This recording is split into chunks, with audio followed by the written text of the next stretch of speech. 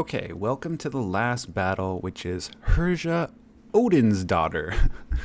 I'm sure I'm saying that wrong. Anyways, this is going to require the most moving parts. However, in my opinion, this is the most fun fight.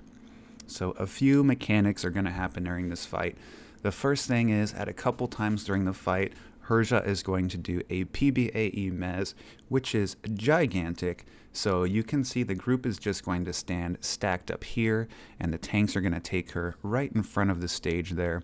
If everyone else is standing here, they should not get hit by the mez if she is being tanked in front of the stage. Now the second mechanic and third mechanic here are going to be Wrath and Fury. Now Wrath is just going to be like channeling the power of Thor from the last fight. Whoever gets their name called on Wrath is going to run away from the group, wait until damage occurs, and then they're going to come stack back up with the group. You'll notice that just 2% after that is going to be a Fury call. Now when a Fury call happens, everyone needs to stack up on the tank. So instead of stacking up when it happens, we are just going to stack up as soon as the player who takes the wrath damage gets back to the group. Now this will be demonstrated in the fight later on.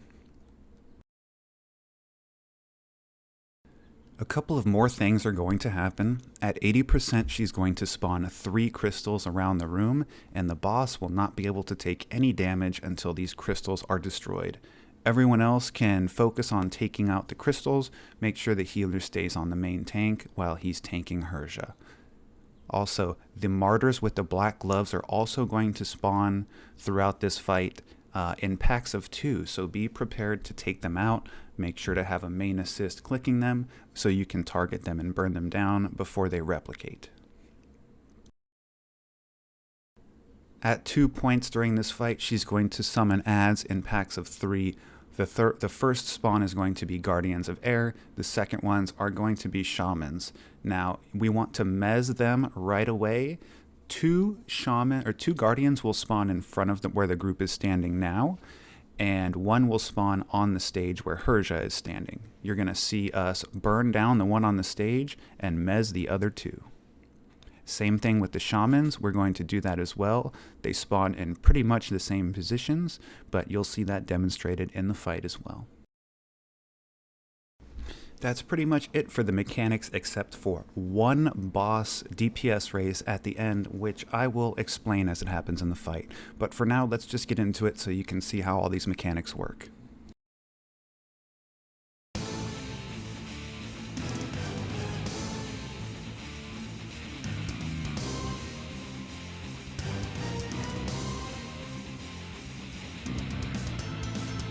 So I'm going to speed this guide up just a little bit because it is a longer fight. So once again, we're just waiting for DPS. At 90%, I'm gonna run away. She's gonna do her PBAE lullaby. There it is. We all run in. And now we're DPSing till 85, and we're gonna do a hard stop at 85. Okay, so the first Wrath called is called on Zarya. You can see her running away from the group, waiting for damage, and then once damage occurs, she can come back to the group. Everyone is going to come stack up on the tank, and we're going to slowly burn the boss down to the next threshold, which is 83% and a Fury call. Here's the Fury. Nobody moves here.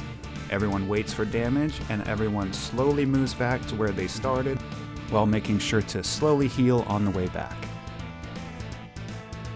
Also, I do want to point out that it is very important that everyone is fully templated for this boss, or else the Fury mechanic will one-shot some group members, making this fight extremely more difficult than it needs to be. Now you can see at 80% come our crystals and the martyr adds. So once again, you're going to pick up the martyr and you're going to focus down the one with the black gloves. However, 2 martyrs with black gloves spawn this time. So it helps to have one caster MA pick one up, and it helps to have the off tank pick the other one up, or else this can get out of hand pretty quickly.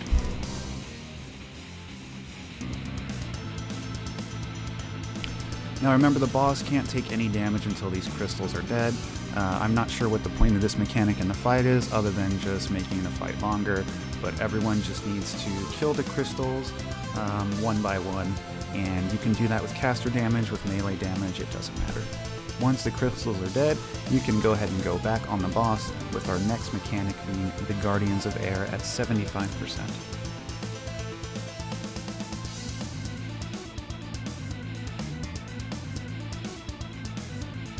Okay, so now we're preparing for the Guardians. Remember, one is going to spawn on stage, the off tank can hang out up here and slam and DPS that one down. They're just orange mobs at the end of the day, so they are not a real threat.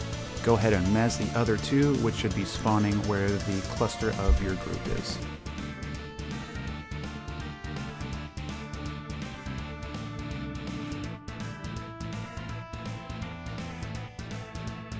Now when it comes to these Guardians, you can mez them and they will eventually despawn, or you can just kill them because they are orange spawns. Here, one of them happened to get out of mez, so we just decided to burn them down. So our next mechanic once again is going to be a Wrath Call at 70%. Wrath means run. Here we see our Cleric and Cella gets called for Wrath, runs away from the group, waits for damage. Once he's back to the group, it's safe for everyone to stack up on the main tank and slowly burn the boss down to the next Fury percent, which is 66 in this case.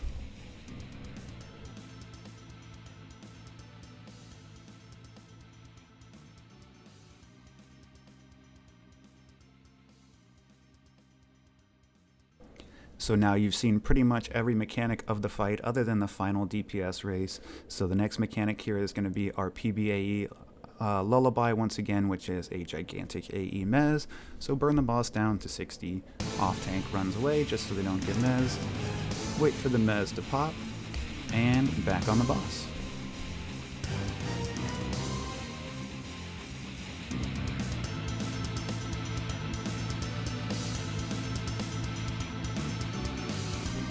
Here comes another Wrath. And we all stack up for Fury.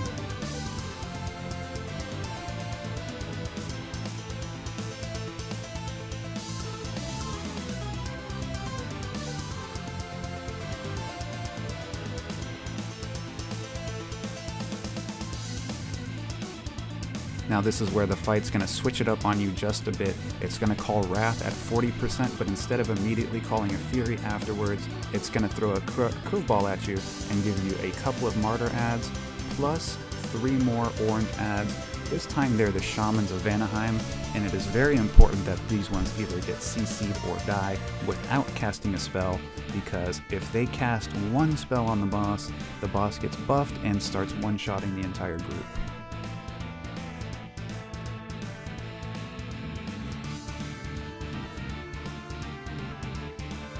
Now the first ads, the Guardians of Air, spawned in front of the group with one on the stage. The Shamans, 2 of them are going to spawn behind the group with one on the stage. So be sure your mezzers are ready to turn and mez them, because you don't want them buffing Herja.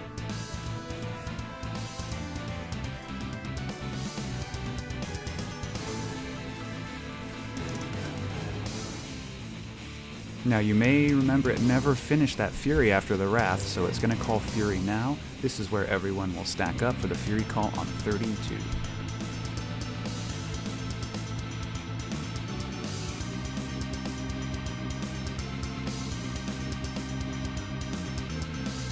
We have another Lullaby at 30, followed by a Wrath and a Fury at 25 and 15.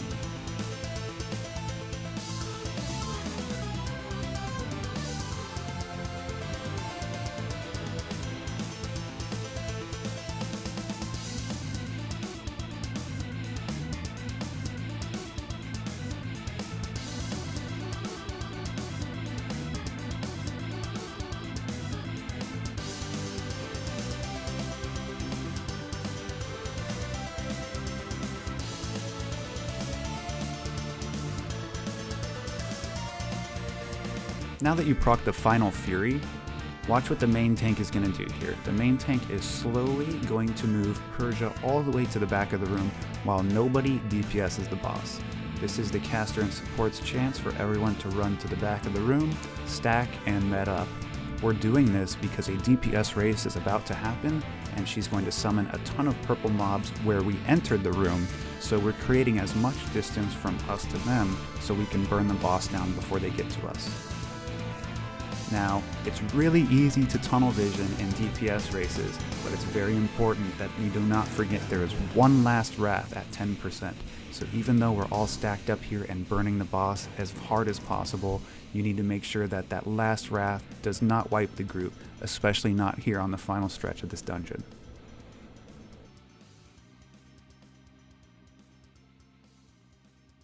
So now you can see here Herja has called a ton of purple mobs that are all rushing in from the entrance of the room. Burn her with everything you got, throw everything down. If it damages at all, throw it on her. This is what it all comes down to, the last DPS push of the Sobekite dungeon.